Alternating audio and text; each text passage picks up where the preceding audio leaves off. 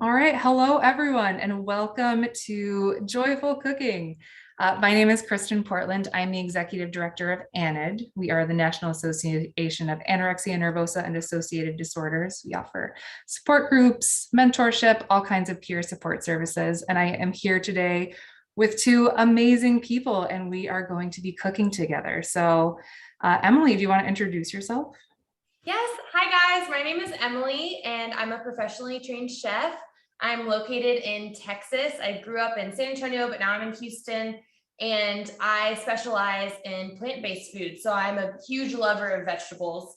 And I actually found my love of cooking through my own recovery. So I'm about 4 years in recovery, and a really, really big part of my recovery was learning how to cook and finding my love and my passion for cooking. So that's why I decided to become a chef, so I could help others find their own passion for food and their own individual love for cooking. And I think that's just so important and special. And it just brings everybody together in such a meaningful way. So I'm really, really excited to be cooking with Kristen, and Nikki and I have cooked together before in the past, and I'll turn it over to Nikki to introduce herself. She's amazing. So Nikki. Thank you, Emily. Hi, y'all. My name is Nikki Dubois. I'm a licensed master social worker in the state of Texas. I live in Braunfels, Texas, and Emily and I have cooked together. She's the trained chef. I am not, but she's helped me learn how to make a couple of delicious items. And I have a lived experience of an eating disorder and substance use, and that is what propelled me once I promised myself that once I was on the other side that I would recover out loud and that I would help others do the same. And so I went to grad school so that I could support other people on their recovery journey. I'm very grateful to be here. Yeah, I am so excited. Nikki, I too am not a chef, so I am looking forward to getting some tips from Emily today. Well, okay, all of you guys are chefs. This is definitely, you guys are going to smash this. And after you make it, you can for sure call yourself a chef. So today we are making one of my favorite things ever. It's cacio e pepe gnocchi. So I'll break that down a little bit because those are a lot of words. Gnocchi is just a type of pasta, and I always teach this type of pasta first because pasta can be such a hard thing to make. It can be lots and lots of interactive work and lots of hours on making the pasta. This one isn't. This one is very, very simple to make. It's fun, it's interactive in a good way, and it tastes amazing. And cacio e pepe just means pepper and cheese. And so I know we have a couple of dairy-free members and we have a couple of gluten-free members. So I think you guys all have those options of your ingredients in front of you already. But when I go through what we all should have laying out in front of us, I will talk about those substitutions as well. And we're going to start with our mocktail. And the mocktail is something that I am excited about as well. It's a Moscow Mule, but we are going to do it with a homemade simple syrup, which I think Kristen sent out an email already for you guys to prepare that. But if you haven't yet, on the stovetop in a small saucepan, you're just going to put a half a cup of sugar and a cup of water, and you're just going to let that dissolve on high heat. So go ahead and do that now. I'll repeat that again.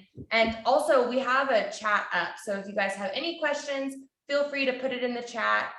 Feel free to unmute yourself and ask the question. This is a class for you guys. So feel free to interrupt us. Feel free to ask your questions, to talk about your own experiences. We really want this to be an organic and fun class for everybody. So please, please, please make yourself heard and talk to us as well.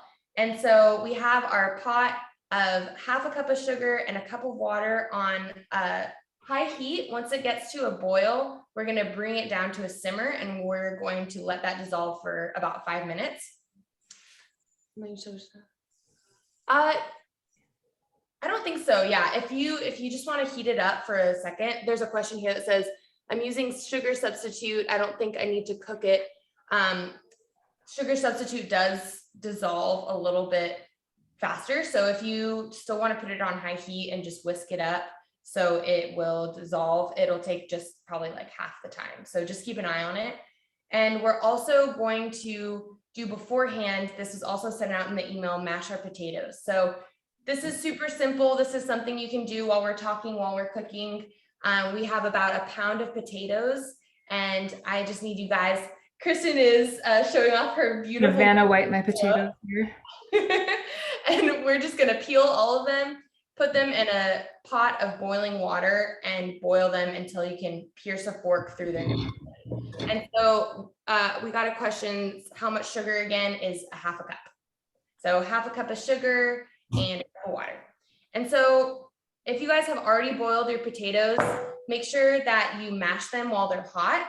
And once they're mashed, just cut it off, because something funny about potatoes and heat, if you work with potatoes too much under heat, they can get gummy. So that's why I like to just, if there's a lot of big chunks, just cut it off. It's fine. We're going to be kneading this dough. So we don't want our potatoes to be gummy. We don't want our pasta to be gummy. So that is just a little chef pro tip.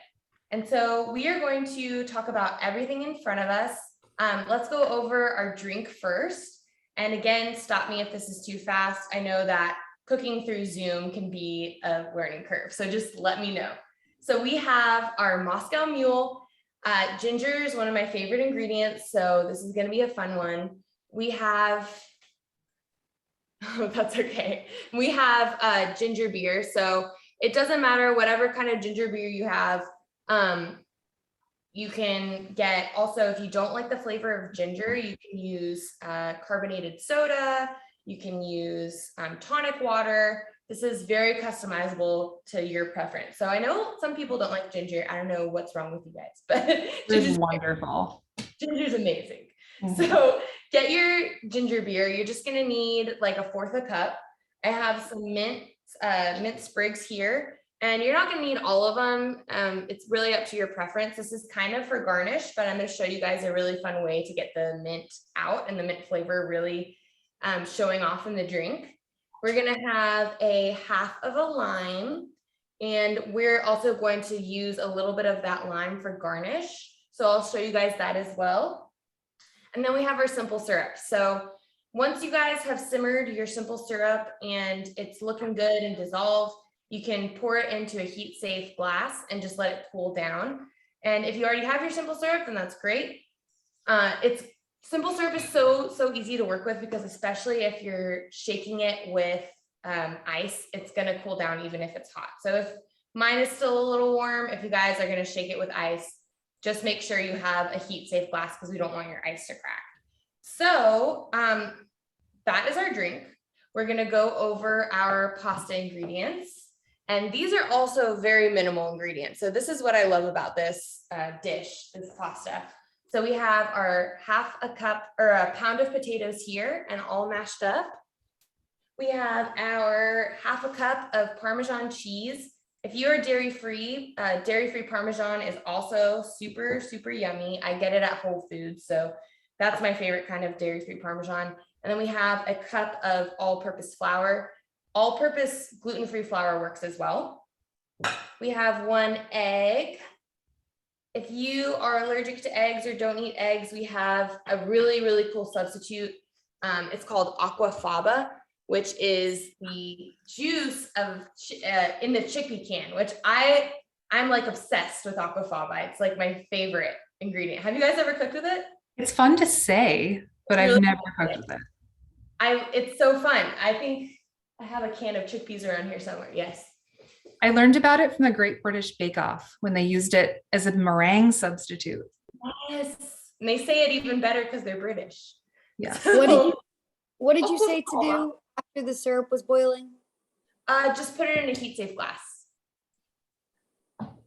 And so this literally just drain the juice off of your chickpeas, and 3 tablespoons of chickpeas equals 1 egg. So that's a really fun hack if you just want to try something new. And that's pretty much it for our pasta. For our sauce, we have a stick of butter. We have another 1/2 cup of Parmesan. So if you have your Parmesan in 1 cup, go ahead and separate it into 2 1/2 cups. And we have a teaspoon of cornstarch and a tablespoon of milk, or any kind of milk you want to use. So that's it. We really have very minimal ingredients, and it's going to be super easy to make, so fun because we get to knead our dough, which is my favorite. So without further ado, let's get started on our drink. Do you guys have any questions so far? I do have a question about the Parmesan. Yes. So I don't have a Parmesan dairy-free substitute, and I can use some of it, but I just don't really love Parmesan. Is it all necessary to go in the gnocchi, or can I use like some cottage cheese in the sauce too, or anything? Yeah, if you want to do, I don't know about cottage cheese, maybe. I'm trying to think. You could also just use more flour if you don't want to put that Parmesan in there. So instead of just a cup of flour, you can use a cup and a half of flour. You can also do like a cheese, if you have any sort of sauce you want to put on the gnocchi that isn't Parmesan, I think tomato sauce goes really good with this. So you can do tomato gnocchi. I've done gnocchi with vodka sauce before, or a nice like fettuccine Alfredo. So really it's customizable for your needs. So if you don't like Parmesan, that's totally fine. Someone suggests nutritional yeast. That's kind of a cheese-y substitute if you have some of that. Yeah, nutritional yeast is amazing. And even like cashews, just blend some cashews up with it and make a nice cheese sauce. Is that what you're doing, Nikki? Yeah, I mean, I attempted to. We'll see how it tastes. I've never made Amazing. cashew I love it. cheese before. I love cashew cheese. It's amazing. I have never tried that. Huh. Oh, you have to try it. I did a cashew queso the other day for recipe testing, and it was freaky good. So good. That's also fun to say, cashew queso. It is. All right, so if you guys have a cocktail shaker, go ahead and get one. I'm using a mason jar with a top on it. So if you don't have a cocktail shaker, you can use a mason jar, you can use a protein bottle blender, and we're just gonna fill this up about halfway with ice.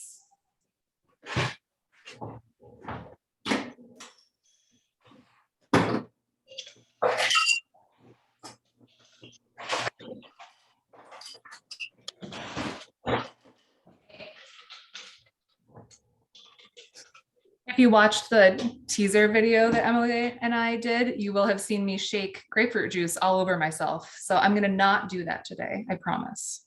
But you made an amazing simple syrup, so it was worth it. It was really good. Okay, so we have our cocktail shaker.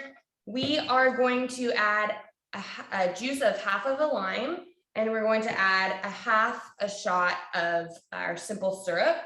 I think that's about, a shot is like 1.5 ounces, so 3/4 of an ounce.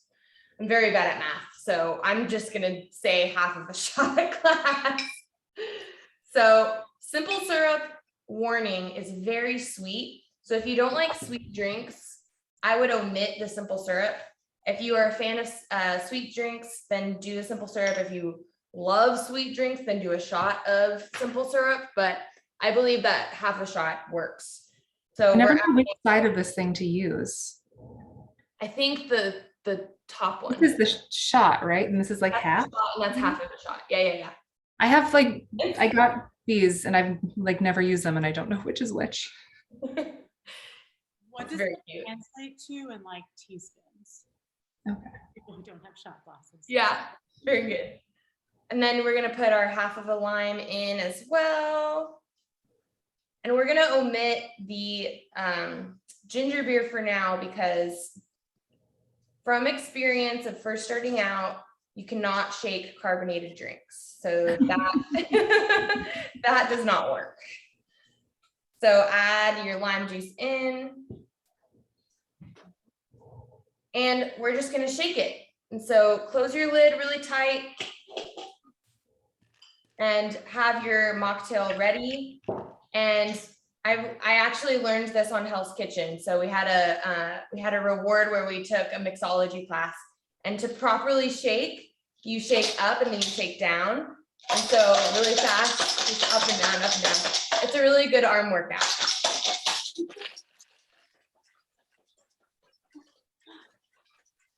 This is the loud part of the webinar. So shake for about 20 seconds to get nice and foamy. And you don't have that much liquid, so we're gonna fill up the rest of the glass with our ginger beer.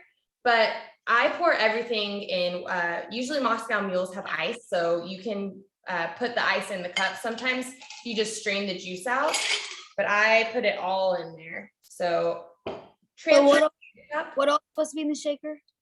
just a half a shot of simple syrup and juice of half of a lime. And so now's the time to put in our mint. And so this is, I always really laugh when I describe how to get the juice of a mint out. So what we're gonna do is we're gonna spank our mint. And so I know it's weird. I saw it once and I was like, what the heck? And I looked it up, and if you slap your mint, it releases the aroma of the mint and also a little bit of the juices.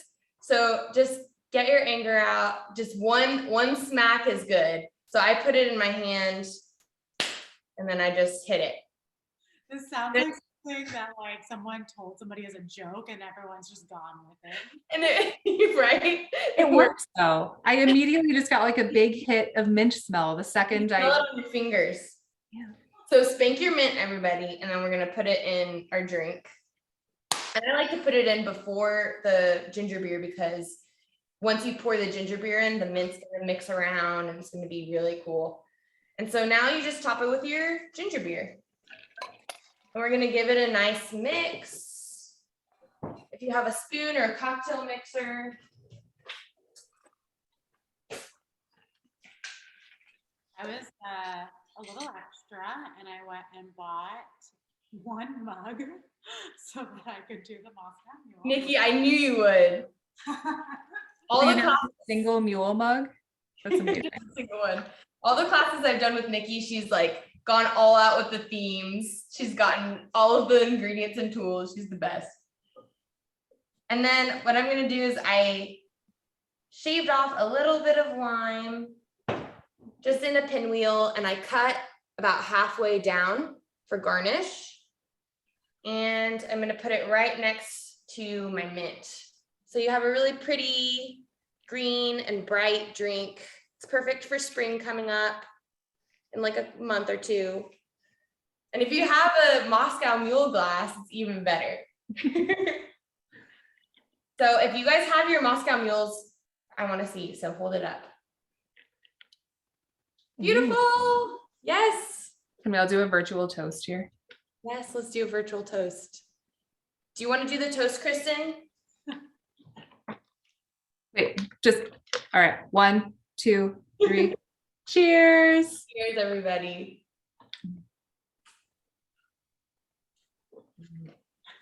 Oh my gosh, that's so good.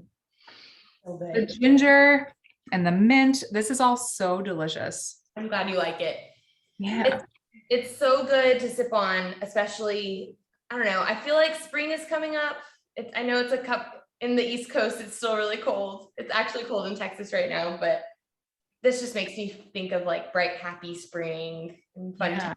So I hope you guys enjoy this. Take pictures, send it to us. Mm-hmm. A really good one to make if you have a lot of ginger beer on hand. Another cool thing is that your simple syrup can hold. So you're gonna have a lot of simple syrup left, and you can put it in the fridge and keep it in the fridge. And you can also put stuff in it to dissolve. So like if you are to hold on to the flavor. So if you want to put some mint in there to make it like a mint simple syrup, Kristen and I made, what was it, rosemary? Yeah, it was. Rosemary simple syrup last time. So I'm gonna actually put some mint in there and I'm gonna store it in my fridge for the next Moscow Mule that I'm gonna make. So that's your drink. You can sip on it throughout the class. If you guys want to make another one, now you know how to do it. And we're going to make our pasta. Mm-hmm. Before we do though, I just want to take a minute and appreciate drinks and mocktails and how delicious they are and how happy they make me. Because there was a while when like I was very, very skeptical of any drink that wasn't like water or tea or coffee. So being able to just sit here and enjoy this, Yeah. I just want to take a minute and really appreciate that.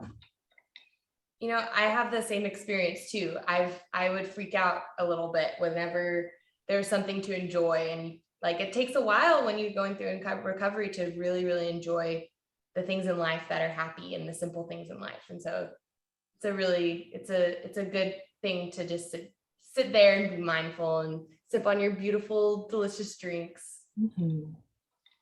And I'm glad mocktails are also becoming more popular at restaurants and bars because I'm sober and I still want to go out and have a drink with friends. And before it was just Topo Chico, which I'm not complaining, I'm a big fan. Yeah. And now I get to also have these fun drinks with my friends. So yeah, I'm a fan of them.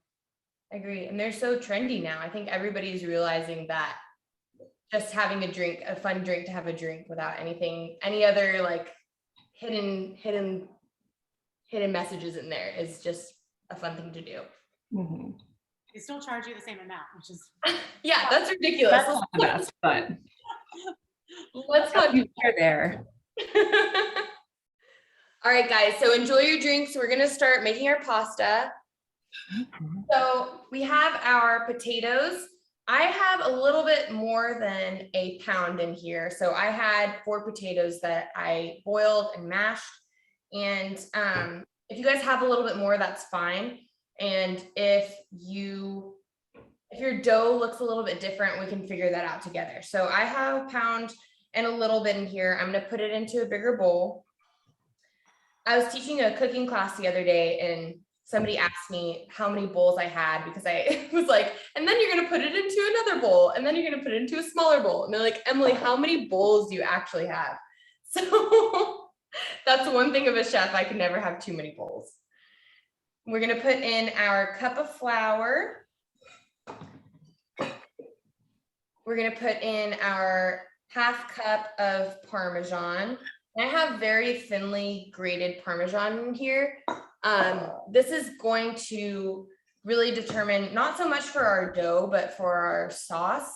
Parmesan takes a little bit to melt. So we'll get there when we get there, but that's why I chose a very thinly grated Parmesan. It'll work whatever kind of Parmesan you have, but we're just going to mix everything together. Emily, the nutritional yeast cashew combination situation, do we use more or less, or is it still the same? Are you putting the cashew in the dough? Yes.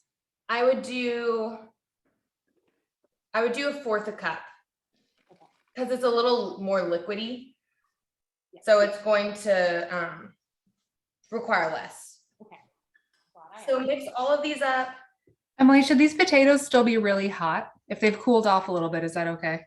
Yeah, that's totally fine. If they're still a little warm, the only reason why I say set it aside to cool off is because it's hard to knead the dough when the potatoes are really hot. So that's the only reason. So I think it'll cool off with all of the ingredients we're putting in there. Okay. So I've mixed all of that together. We're gonna add in our binder, which is our egg or our Aquafaba. So I giggle every time you say that. So I said it like that because you said it's so fun to say, and it really is. So add in your egg or your vegan option, and this is kind of where I go in with my hands. So I've washed my hands. Chefs use their hands, so go in with your hands. And Emily, can you pause and just go over again one more time everything that just went into this pot here? Yes. So I just added in my pound of potatoes, a cup of flour, a 1/2 cup of Parmesan, and 1 egg. So I'll say it one more time. A pound of potatoes, a cup of flour, 1/2 cup of Parmesan, and 1 egg. So Kaden, don't stress here. So I'm not the chef, so Emily, correct me if I'm wrong, but this seems like a fairly forgiving recipe if we don't get things exactly right. Am I right here? Yes. Very forgiving. That's good, because I'm gonna need some forgiveness from this pasta. I've never done this before. Do not worry. It's Okay, then that wasn't a challenge. yeah, it's getting us out of our comfort zone. It's really once you this is a little fast for a cooking class because it's through Zoom, but once you get all the ingredients in a bowl, you're pretty much set, and then we're just kind of shaping the pasta. So I promise this is the hardest part, just getting everything in there together. And before we start kneading it with our hands, we're gonna just do a pinch of salt. If you guys are measurement people, that's about a teaspoon. So just pinch your salt or put a teaspoon of salt in the mix. And then we're also gonna put, I'm terrible with measurements. I like started off as like measuring every little thing, and now I'm like a pinch of that, a dash of that. So I say a couple shakes of pepper, but it's gonna be a half teaspoon of pepper. So I'm using ground white pepper. You can use black pepper, whatever kind of pepper you like. So Okay. just a little bit of that. Emily, if people are using the egg substitute, how much of that are they using in the recipe? Yeah, 3 tablespoons of aquafaba. Aquafaba. Aquafaba for the gnocchi. Mhm. So now I'm going in with my hands. You have another, is there another question? No, I just wanted to know what it was supposed to look like. Oh, yes, I will show you. So I'm going to mix it with my hands, and then I'm going to put it on a surface. You can use your countertop. It's really easy to clean off. So don't worry about getting dirty here, but I'm just gonna mix it with my hands until everything comes together. This is the fun part. Of course, my dog starts barking the second my hands are all dirty.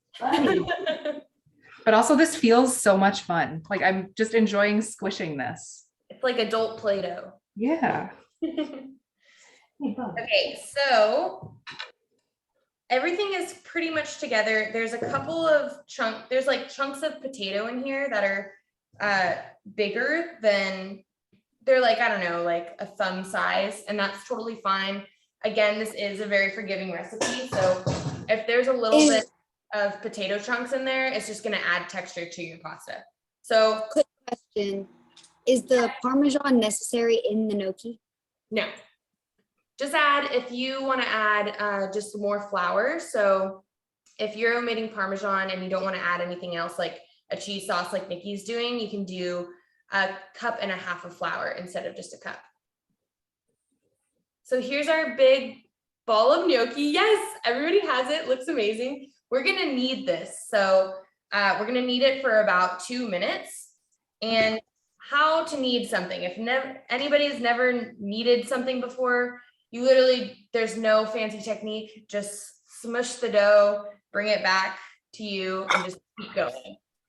And this is just going to get the gluten strands activated, get everything mixed together. If you are feeling that your dough is too sticky, just have some extra flour on hand, and you can just shake that flour on the surface and keep kneading. If your dough is too dry, we can add another egg, you can add some milk, you can add some water, but I don't think that's going to be a problem. I think it would just be, the problem would be it being too sticky. So let me know. And this would be a great time to talk about recovery stories, anything that you've kind of noticed. I know it's Eating Disorder Awareness Week. Anything you've noticed or anything you guys want to talk about? I don't know, Nikki, do you want to share your recovery story or anything that you've noticed this week with Eating Disorder Awareness? I will share some, yeah, I'm happy to share. And when I was in treatment, they wouldn't let me leave until I had completed a challenge dish, and it was pasta. And my brothers came to visit me and help me with that challenge. And it's wonderful because gnocchi is one of my favorite things now. And so I love being able to eat and make gnocchi, and it's something that recovery has given me. And so I'm very grateful for that experience. That's awesome. Nikki, I don't think you're alone there. Pasta is one that a lot of people have trouble with. Like I avoided pasta for a very long time because I felt like it was, not one of the more nutritionally dense foods, not one of the superfoods. And pasta's so good. It took me a while just to be able to sit down and really just like order a big bowl of like fettuccine Alfredo and enjoy it without feeling like I was doing something wrong. Heck yeah. Yeah, society has definitely, diet culture has demonized certain foods, and this is one of them. So if you're having a hard time with this meal, just have a lot of compassion for yourself and some grace that this is a tough thing for people that are working on recovery. Mm-hmm. I remember when I was going through recovery, we did a cooking class, and this was before I had any interest in cooking, or I always loved food. And so I never really made the connection. And so we did this cooking class, and we made this baked brie, and it was just so fun. Everybody was like making the puff pastry from scratch, and we made the brie. And I was so amazed that people who have struggled with food in the past were doing this all together. And so that's something that's really stuck with me. And I kind of forgot about that moment until I went to culinary school, and I was like, wow, oh my gosh, I remember that we did this in recovery. And this is something that was actually really healing at the time, and I didn't know. So that's why I love cooking with other people. And I think something also really stuck with me when I first cooked with Nikki. She said something that community really healed her. And so I think combining community and cooking and just all of the things that can be so amazing, and people kind of forget that sometimes, and it's easy to isolate, especially the past couple of years. Yeah. And it's easy to not care for yourself and give yourself that love. And part of giving yourself that love is cooking yourself a nice meal. So I just think it's a cool thing to do for somebody who's struggling, or if somebody who's in recovery, or even me. And for anyone who's here who doesn't already know, ANID is really a place where you can go to find some of that community. We have support groups that meet every weekday. There's 12 of them right now.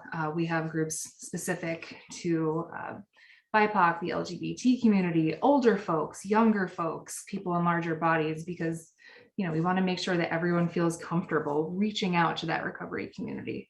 We have a mentorship program and a helpline, so feel free to reach out and learn more about ANID. Awesome. Okay, guys, so my dough is looking pretty smooth.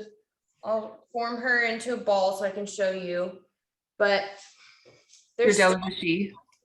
She's a she. Yep. Okay. She has a couple chunks in there, and that's totally okay. And she's a little sticky, but what we're going to do now is we're going to flour our surface, and we're going to work with it, and we're going to roll it into our gnocchi balls, which is also really fun. So what I'm going to ask you guys to do is get a damp towel, or I use a paper towel. So just kind of wet a paper towel, and we're going to cover this with our damp paper towel while we clear off our station. So we're going to get messy. So clear off anything that you don't want to get flour on. Emily, the cornstarch and everything is already supposed to be in the. No, that's for the sauce. Oh, You're good. Okay. Nikki, you scared me there. Here we go.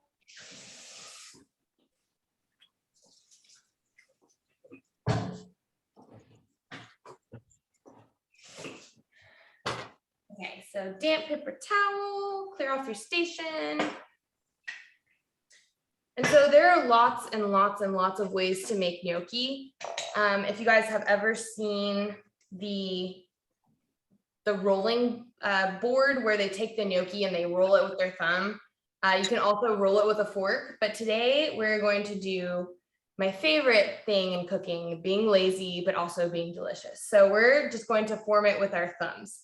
I think that sometimes taking a lot of time to do all of that presentation is, I don't know, can be overrated sometimes. If you have a lot of time then yes, that's really fun. But most of the population does not have time for that.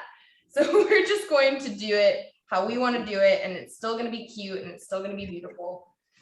So clear off your station and just make sure that things that you don't want to get covered in flour are put away. So I have a silicone mat here. So that works really well for pasta making, or you can use your countertop surface. Just make sure that you're sanitizing it or it's clean so you don't get any like specks of something funky in there. And I have extra flour. So go ahead and get your extra all-purpose flour.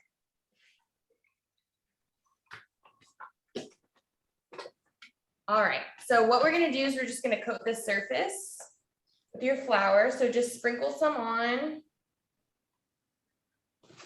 And you're gonna need a knife or a, what is that thing called? It just completely left me. A bench scraper, one of these things. Knife works perfectly fine. I always learn about a lot of, oh, you have one too, okay. I already told you I'm very into the Great British Bake Off. That is why I have this very specialized tool. Amazing. I love the Great British Bake Off. GGBO. GBBO. All right. So again, just like with the simple syrup, we're not going to use all of this today, because if we did, then it would take us 3 hours to roll it all out.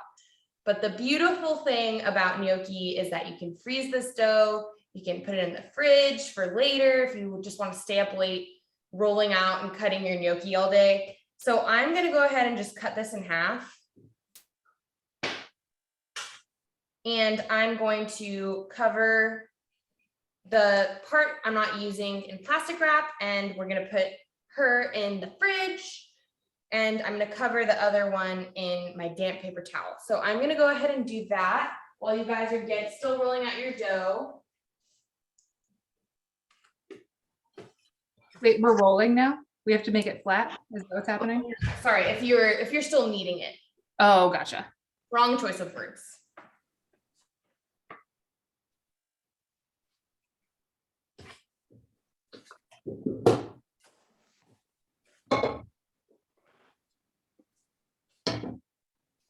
All right.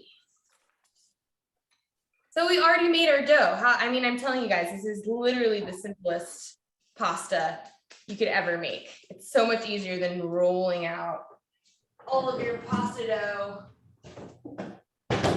Okay, so since my dough is a little bit sticky, it's really good to have this flour surface. And what we're gonna do is we're gonna roll our gnocchi into a snake. And so if you even wanna go further and cut it in half again, so it's easier to work with, go ahead and do so. And just cover. Hey, can you back up to when we were just kneading it? Like, Yeah. what's after that? So just cut it in half, and you're gonna have a lot of it. So I'm saving half of the dough for later. So I just put it in the fridge. Do you know, Emily, how much a half will make of these little pals, the little roll guys? It'll make a lot. It'll make a lot. I think maybe like 20, I'm gonna say 24. 24, maybe more. So I'm gonna start with just a quarter of the dough actually, because it's gonna make it easy to work with. I'm kind of rolling it in the flour, and we're gonna make it into a snake.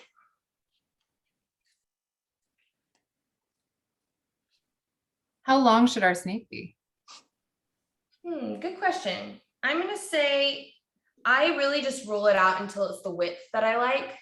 So if you are using the full half, it might be a really long snake. So I recommend cutting it even down more into a quarter. And my silicone mat actually has a little measuring thing. So I will tell you probably like 2 feet. Wow. It's a big boy. I don't know if mine will ever get to 2 feet, but yeah. That's totally fine. And if If you're having a hard time rolling it out, just add more flour and it should be pretty malleable. So mine is long. It's about 3/4 of an inch thick. And it can be 3/4 of an inch to an inch thick. It's just really kind of what you get when you roll it out. And if you're kind of like done and you're like, I don't want to roll it out anymore, then an inch is perfectly fine. It's just going to take longer to boil. So I just tried to show you my dough and broke it, but that's okay because we have to cut it anyway. So I'm not going to worry about it. Beautiful. Okay.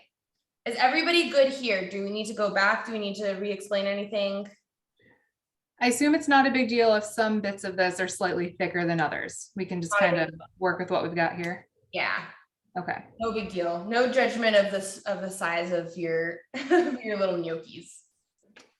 Every gnocchi is beautiful, just like a snowflake. So what we're gonna do is we're gonna use a little bit of knife skills. So if you have a knife or if you have a bench scraper, we are going to go down the line and chop our snake in probably like an inch thick. So I'm just using my hand as guidance and we're just gonna go down, chop it. And they form into these cute little pillows. So it's really fun. It's really fun to do. This is my favorite part because the texture of the dough is really fun. I'm a very tactile person, so I love anything with like using my hands with dough or with. I found a hidden potato chunk in this one that I just chopped. Oh, that's gonna be good. I love it. You're right. This just feels so good. It got fluffy somehow. It feels so good. Yeah, the kneading really helps make the pasta dough. Because that needs a lot of love. On one of the previous classes that I've done with Emily, somebody shared with us that when it doesn't turn out perfect, they call it rustic. So you're making rustic gnocchi. Yes. That's my favorite word. I think 80% of my things that I make first are rustic. So I think everything I've ever made is probably rustic. Hey, rustic is totally a thing. Okay, so how I'm going to shape these little babies is they're already kind of in the shape I want them. I'm just going to pinch them into a little square because I think that makes it really cute. And so this is what my gnocchis are going to look like. Okay. So super cute. And if you have your potato water that you boiled, you can reheat that or you can dump it out and refill your large pot with water. So I'm going to go ahead and I've dumped mine out because potato starch water, it might make, sometimes you want to use that water to make your sauce thicker, but I'm just going to dump it out and fill the pot back up with water and then put it on high. So I have water right here. You just want it high enough so that the gnocchi will be covered and it can boil and move around as much as it wants to. So set it on high heat and we'll just let that bring up to a boil, and it might take us a little bit longer. So while we wait for that, we're going to do our sauce. But for now, we are just shaping our gnocchis into little pillows. I have a friend who loves potatoes so much that instead of a birthday cake for their birthday, they wanted a potato cake with like gnocchi on it and like French fries. Oh my God. Potato. That's interesting. I love potato, but I don't know if I would choose that over a birthday cake. Yeah, I think I agree. Emily, while we're shaping these, I was thinking earlier we were talking about measuring things. And I wonder, do you have any advice for people who maybe find measurements really triggering if they maybe measured their food a lot while they were in their eating disorder and now try to avoid that when they're cooking? How is that something to navigate? I say, I think I would like to hear Nikki's advice on this as well. But for me, personally, as a chef, cooking is all about taste. And I've really noticed that baking is a different story, right? Because baking is more of a science. So you kind of have to measure everything out. But with cooking, I think it's really beautiful that you really go off of your senses when you cook. So smell, taste, sound. And when I started cooking, the measurements were kind of thrown out the window, especially when you're like improv cooking, because they really, really drill it into your mind to focus on what you think about it. So my advice is anybody who wants to get into cooking more or really just learn to appreciate their food and stay in the moment, I will loosely go, you have to practice. So first, of course, you have to go by measurements to see if you're making everything correctly. But I just really taste everything that I make and see if I like the way it tastes. And if it needs a little bit more salt or a little bit more butter, then I throw it in, because it's all about the taste. It's all about the experience of cooking rather than how much of everything is in there. But Nikki, what do you think about that? Yes, this was a really challenging part of my recovery. And I didn't believe in recovery to begin with. When I was in treatment, I was like, yeah, sure, maybe that works for you, but I also thought everyone was lying. So through my journey, I'm glad that they weren't lying. But I calculated everything. I knew the caloric content, the grams of fat, the carbs. I knew everything. And so I was like, I'll never be able to unlearn this. I'm always going to be calculating meals, snacks, drinks, all the things. And thankfully, it doesn't happen to me anymore. I had to work on that so that I wasn't going to. And, we don't control we have self-directed thoughts where I'm going to the grocery store. I know I need to get potatoes for the gnocchi and cornstarch, things like that. Like I can direct those thoughts. We also have so many thoughts that come throughout our brain that we are not directing. And so sometimes that little calculator will start to go off, and then I can choose, do I want to continue further down and calculate my meal, or do I want to pause and acknowledge, okay, there's that ED calculator going off, and stop, like not go further down. And yeah, it was really hard in early recovery and trying to go out to restaurants, seeing caloric content on meals. And in the beginning of my recovery, I for sure was not choosing what I wanted. I was choosing based off of what the lowest caloric item was. And now I get to just ignore that and just choose what I want and trust that my body knows when it's full and when it's wants more. And that trust process took a very long time too, because I didn't trust my body to do what it was going to do. And my body for sure did not trust me. So being able to get reconnected with that took time. So it can happen. It does happen. And I know I've already said being compassionate with yourself, but being compassionate with yourself is really helpful. Recovery is about being flexible and letting go. And that's hard. It is hard.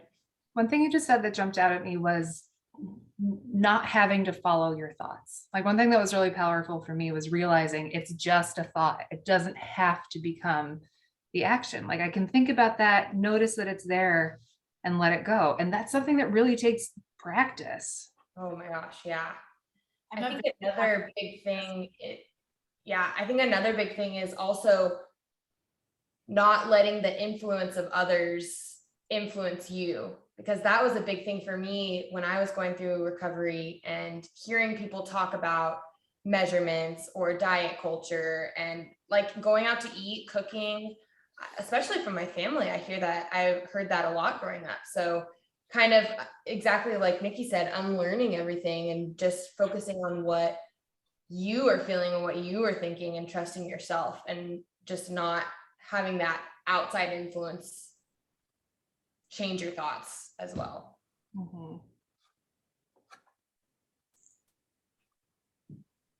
All right, guys, so I have all my gnocchis tucked in underneath a damp towel because now we're going to make our sauce. And our water is heating up. It's not at a boil quite yet. So I think it's a perfect time to make our sauce now. So just make sure that your gnocchi is staying damp. You don't want to get it completely wet, but just kind of dampen a towel and put it in there. Let me count how many I have for a quarter. 1, 2. And is everyone following along okay? Does anyone have any questions or want to chime in with any of their thoughts going on as we're cooking and talking together? Feel free to jump in the chat or unmute yourself.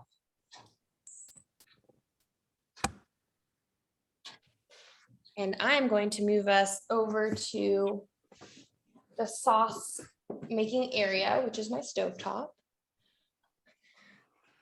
So give me 1 second. I have a couple of extra rustic gnocchis here, by the way. Some of them are a little more triangle than pillow, but Those are the best ones. will taste good. Those are the best ones. Okay.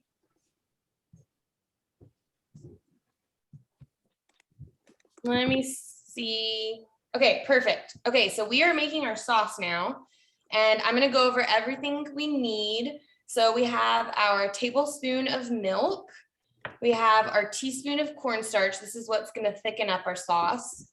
We have our stick of butter here, and I've let it soften a little bit. If you're going from cold butter, then that's totally fine. And then I have a 1/2 cup of Parmesan. If you do not like Parmesan, you can add in the cheese sauce, like a vegan cheese sauce. You can add in, I don't know, just more butter. You can do pretty much, I would just say keep it a butter sauce if you don't want to add the cheese. So you might need to add a little bit more flavor to it. So maybe some more pepper, some crushed red pepper, anything like that will work. So let me know. So I'm going to add in the butter now. And we are going to put our heat on medium high because sauces are they're a little bit more extra than our gnocchi is. So we don't want our sauce to burn. We want it to just kind of bubble and simmer. So medium high heat. We're gonna let this butter melt.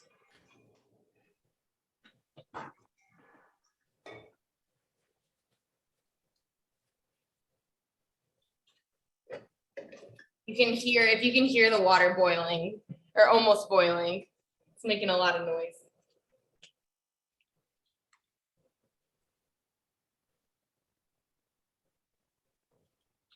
And if you're having a hard time with this meal, it is a huge recovery win just to even be here, to have gone and bought the ingredients and to show up. It is a huge win. So please don't be hard on yourself. Anyway. So we used a quarter of the gnocchi. I'm sorry? Oh yeah, I used a quarter of the dough, but you can use half of the dough if you want to make more, but it was just easier to work with to cut it into smaller pieces. So I'm feeding myself and 2 other people. Should I keep it at this or should I use the other quarter? It's up to you. I would say go for the half just because they're very small gnocchis. So I would say use half the dough. And if you don't eat all of it, then you can always save it because this holds really well. Earth balance is great, Nikki. I love earth balance. Are you measuring in your head? I wanted to share, I'm way at the beginning of recovery. Instead, but Oh, I'm sorry, somebody else is talking. So I thought I'd try. Jean, I know you were saying something I would love to hear.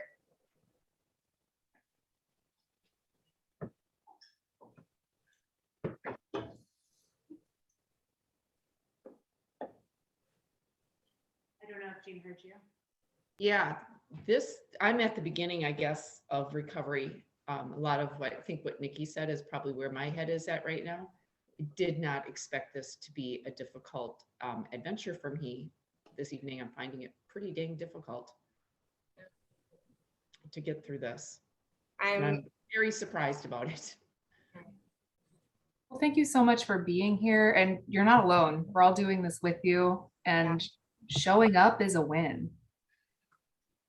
And I'm very honored for all of you guys being so vulnerable and just showing up and watching this. And vulnerability is so tough, especially when you're doing things that are out of your comfort zone. So I'm just super honored to be here with you guys. If you cook or if you don't cook, or especially if this is difficult for you.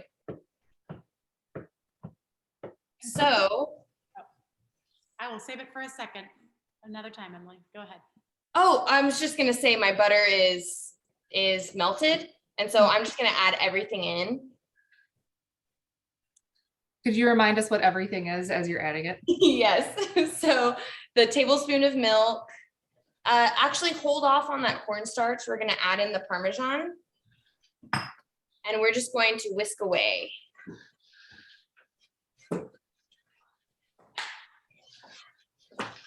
And it's half a cup of Parmesan? Yes.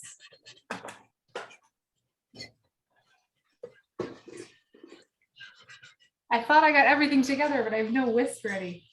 I don't think I said whisk, so that's my bad. So if you have a whisk, or you can also use a fork or even just like a spoon to mix it all together. I like using a whisk because I feel more official. So, and I am not a person who like preps everything ahead of time, but I really tried to for this. But you know, it took me a long time to actually like set things out ahead of time because I'm the same way. Okay, and if you guys have your water boiling like I do, I'm gonna go ahead and set my sauce on very low, and I'm going to turn to my gnocchi. So what we're gonna do, what's really great about this is that you can watch your sauce and you can also watch your gnocchi at the same time. And I'm gonna go ahead and transfer my gnocchi to a cutting board that I can move to my stovetop. I'm sorry, what is in the sauce aside from the butter and the milk? Parmesan, so half a cup of Parmesan. Okay. Yes.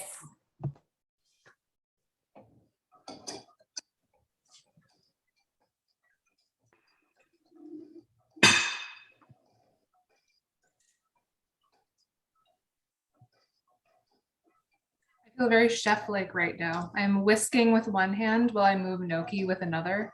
My God. I think you should teach the next class. Okay, so I have my Like 101. I have my gnocchi here, and I also have this is called a spider. So you can use this, or you can use a slotted spoon. So I think you can also use a slotted spoon. And I'm just gonna transfer my gnocchi into the pot this way. So just a couple at a time. And also the great thing about gnocchi is you don't even need a time to wait for it to be done. Like regular pasta, you just wait for the gnocchi to float to the top of the pot. Do we need to salt the water? Oh yes, I'm so sorry. Please salt your water. And is our water boiling when we throw the little guys in there? Yes. So your water should be at a rolling boil, which just means that it is bubbling a lot all over the place and it's moving around. And we're just gonna let that go until those gnocchis reach the top of the pot. And then we're gonna strain them into a bowl, or actually what we're gonna do is we're gonna strain them and we're gonna dump them right into the sauce. So our sauce is looking really good. It's bubbling away. I'm gonna go ahead and add in that cornstarch. If your sauce looks like mine though, and if it's nice and thick, you don't have to add in your cornstarch. But if you want a thicker sauce, that's just that option there. So I might omit my cornstarch right now. But if your sauce is really liquidy and you don't think it's gonna hold on to the gnocchi very well, then go ahead and put it in. And for spicy lovers, so this is my favorite thing. I always add crushed red pepper to my gnocchi. So I love spice. So I'm just gonna shake some crushed red pepper. It really is your preference. So I'm putting some in there. I thought that I could handle spice, but my boyfriend is Malaysian and I went to Chinese New Year the other day and everything was so spicy. And I was like, oh man, I have a long way to go. Emily, what do I do if my sauce looks like this? So yeah, keep stirring it. I would add in that cornstarch. Add in more cheese too. That can happen with larger Parmesan. So if it's larger, Yeah. it's gonna take a little while to melt. Okay, so my gnocchi are floating at the top, and let me see if I can show you guys. So see, they're dancing around, they're floating, they're ready to come out. So if y'all are not ready yet, then keep watching your pasta water and keep looking at your sauce. But I'm gonna show you guys how I strain my gnocchi into my sauce. And look, they've grown in size. So I think that's so fun. If our sauce isn't ready, where do we put the cooked gnocchi? You can strain it into a bowl and just add some of that pasta water to it, or you can add some olive oil to keep it from sticking together. So I'm going to turn my pasta water off. I'm going to get a rubber spatula, the same one I used to stir my gnocchi dough. And I'm just going to really gently fold the gnocchi in the sauce. Have you seen Schitt's Creek, Emily? Yes. I thought you were about to say you're gonna fold the cheese in. And I was like, yes. What is that, like an early episode when they cook together? Yeah. I remember that. You know, just fold the cheese in. Okay, so I'm freaking excited. This looks amazing. Oh, my sauce is finally coming together. Oh, yay. Yeah, you just need to really whisk it. And it might separate after you pour it. So just keep whisking it and it'll come back. It'll come back.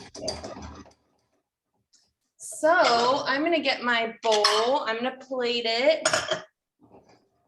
And also remember this gnocchi is very, very customizable. So if you like tomato sauce, you can do it with tomato sauce. You can do it with vodka sauce, fettuccine. So it's really up to you. And I'm just going to scoop some in my bowl. Emily, will you repeat what we do if our sauce is straight liquid? If your sauce is what? It's just straight liquid. Oh yeah, just keep whisking, maybe add some more cheese in and add cornstarch. Got it. Yes. I don't know if my fake cheese is. Oh, that could be it. Yeah. They need to up their game with the vegan cheese. It's 2022. What? Yeah. What year is it? Come on. Yeah. Come on. This, so it needs to be me upping it, I guess. Yeah. They have butter nailed. They have butter down. Okay. Okay. I'm like so excited for this. I will show you guys my pasta or my gnocchi. I'm going to put more crushed red pepper because why not? And then this is very rich. So it only, I don't know. I think this is a very rich dish. And so I only fill it up a little bit and it's really, really yummy and really flavorful. And it packs a punch in like every bite. So I really love it. But this is the gnocchi. Emily, I love that the others are still frantically trying to figure out what's going on and you're like presenting this perfectly finished product. Okay, because I've done this dish like probably 10 times. I desperately needed to laugh this morning. So blessings to you. Thank you so much. I'm glad. Trust me, this took a long time for me to be able to do this quickly. I usually take long times when I first make something. Okay, if your sauce is super stringy, keep whisking the cheese. Join me on team whisking here. Yeah, team whisk. You can add even some flour to it. Oh, heavy cream is great as well. So if you want to add heavy cream, more milk, just to bring it together more. Or more cornstarch even. If Is it a struggle? Yeah, I have cornstarch, but it's great if I look confused because I've also done this with Emily before, this exact recipe. So it's even. I really love that this is happening. I can't. It's hilarious. I remember the first time I actually taught this dish, my sauce was really stringy. And so I had to be like, oh, if it's stringy, it's okay, you know? So Emily, you need to post all your fails so that everyone else can feel better about themselves right now. oh, that is a great idea, actually. Important question. What happens if you overcook the gnocchi? Because I got so into the whisking, I forgot about the ones that were in the water. I think it should be fine. I think gnocchi is very forgiving. So if you overcook it, it's still going to taste amazing. And you also have a bunch of dough. So if you just want to start over, but I say eat it. I think it's going to be good no matter what. I'm going to eat it. Yeah, I think you should eat it. I don't think anyone's going to want to eat mine, but I'm going to try. I want to I eat yours. see you try, Nikki, because your face is shocking at hiding what you feel. My poker face, not that great. Just the sauce is just interesting. We need to have a close up, I think. Ew. Sauce. My sauce somehow now just looks like melted butter. Yeah, that's what Really? I'm working with. That looks good. Well, If it's honestly too, if it's melted butter, it's still going to be good. I mean, butter's delicious. So Yeah. all right. I would also add a pinch of salt to this sauce. Now that I've tasted it, it needs a little bit of salt. So add just a pinch. Straight up, somehow my cheese just disappeared and it's just like a big pot of melted butter again. I don't know what's happening. Just add more cheese. When in doubt, add more cheese. I like that solution. Mine, if you don't whisk it, it can separate. So just make sure that you're whisking. You're going to be like a pro whisker after this. And of course, like if it's just butter, it's not like the texture of just butter. It's still going to taste amazing. And it still looks, I've been there with the sauce before like that, and it still looks really pretty in the bowl. So don't worry. And it's probably just the type of Parmesan you're using, because I'll show you guys the one I use. Mine is the Costco Parmesan, so I did not go Is fancy. it really like fine, like this one? No, it's a little bit like shreddies. That's probably it. Yeah. And that's okay. So mine is just really, really thin. So that's why it melts really easily.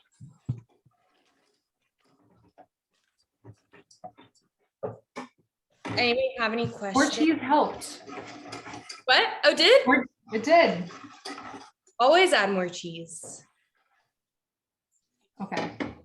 And when you guys are done, take a picture of it and show us. And I'm digging in because it's hot and it's ready to be eaten for me. Okay. I'm still catching up here. If you're having a hard time cooking, I had the same thing. Really, ingredients scared the lot of me. Cooking scared me. I didn't want to go out to restaurants. Just food scared me. And something that's been helpful for me has been connecting to my values to help me get through the challenging times and pushing through the challenging times, because our brain will stop. Like if we continue to push through, then it will habituate, meaning that it won't give you that same response that you are having when you are having anxiety around certain things. And I have a huge, community is one of my number one values. It got me into recovery. It kept me in sobriety. It kept me eating disorder, behavior free. It's done so much for me. And so doing these cooking classes with Emily, I even had Emily do them with my family and with my friends. And it's helped.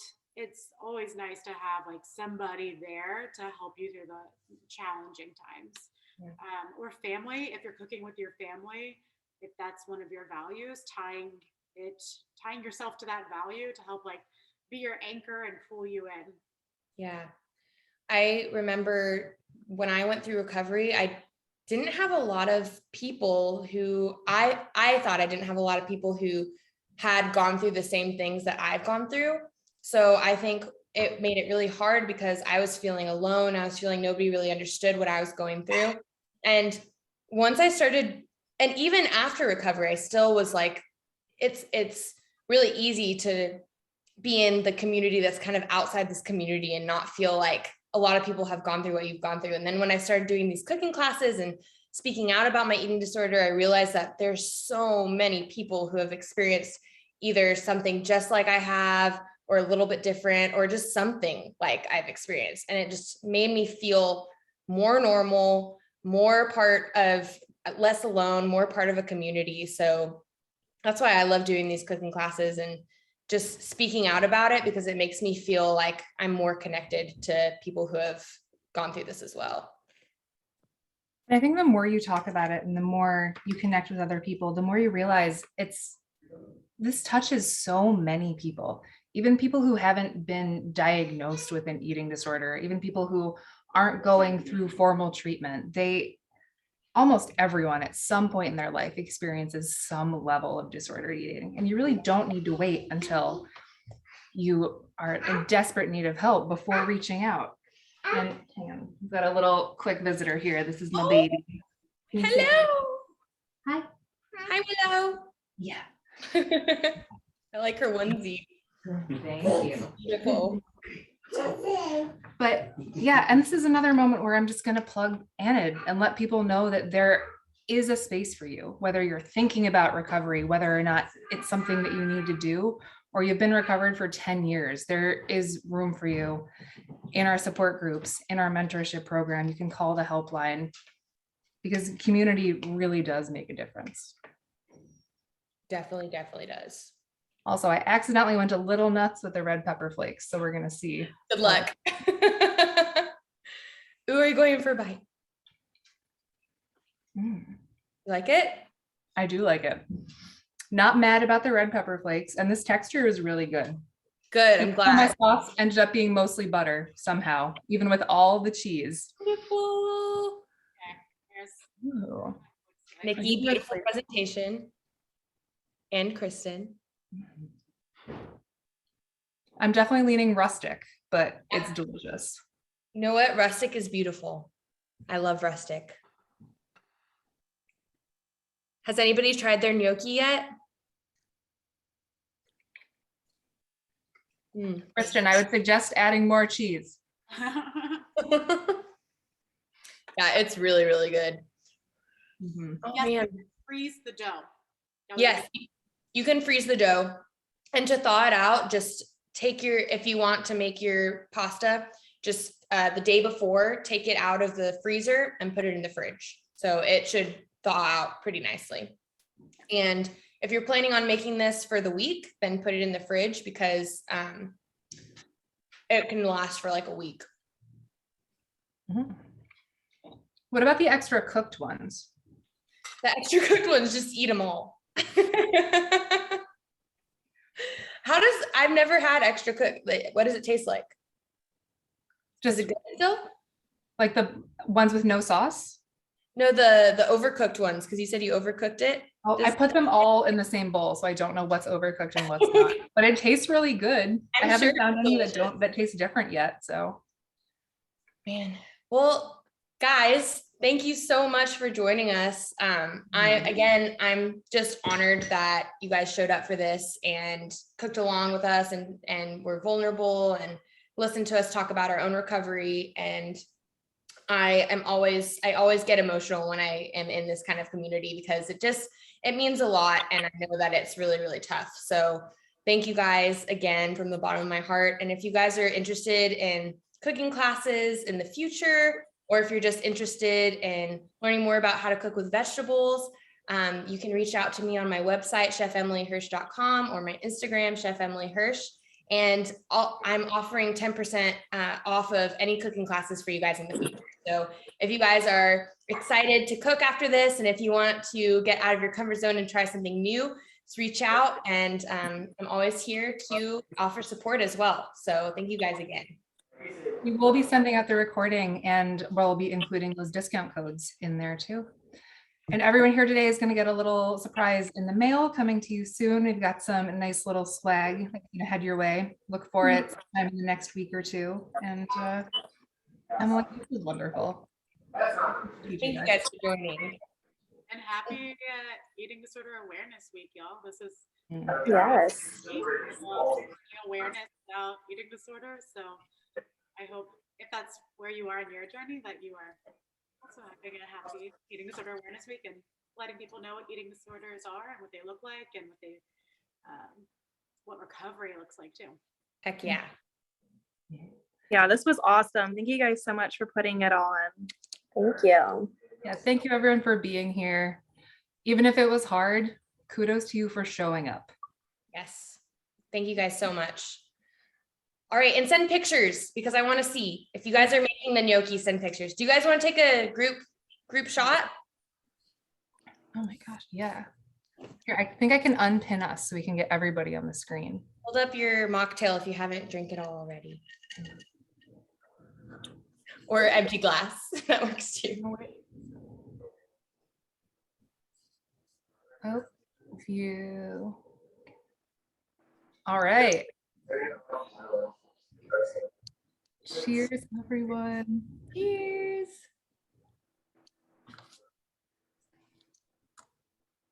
Okay. Wait, anyone know how to take a screenshot? I'm on my laptop. I do not. Okay, so hold it. Okay. I gotta do a little thingy. Okay, 1, 2, 3. Let's see. 3. Yay, I did it. Okay. Thank you. All right. Thank you guys so much. Have a great night. Thank you. Thank you, everyone. This was Love so you guys. wonderful. Bye.